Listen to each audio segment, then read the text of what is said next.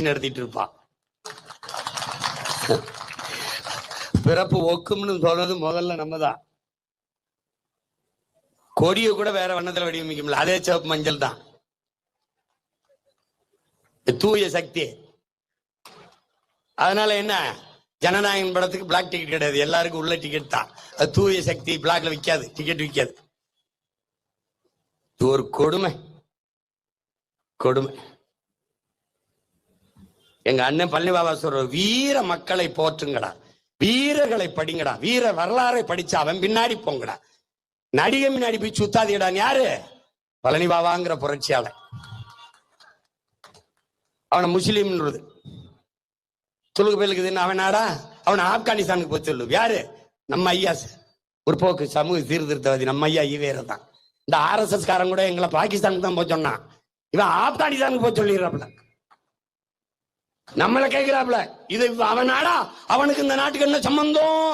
அது இருக்கட்டும், உனக்கு இந்த நாட்டுக்கு முதல்ல என்ன சம்பந்தம்? நீ யாரு முதல்ல?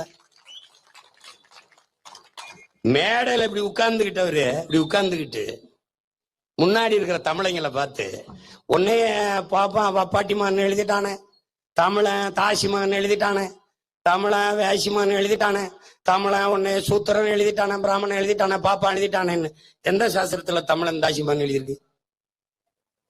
நல்லா கவனிச்சுக்க.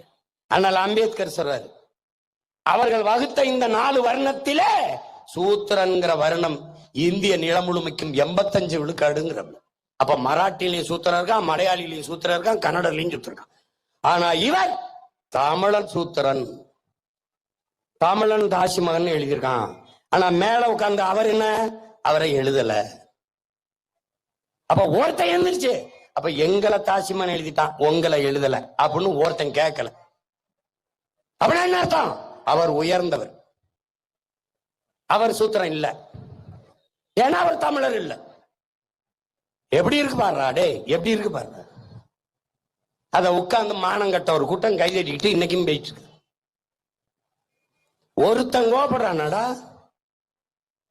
என்னரும் தாய்மொழியை ஆழி அதுக்கு சாணியன் என்று சொன்னவனை ஒழிக்கணும்டான்னு ஒருத்தன் கோபப்படுறான பத்தியில.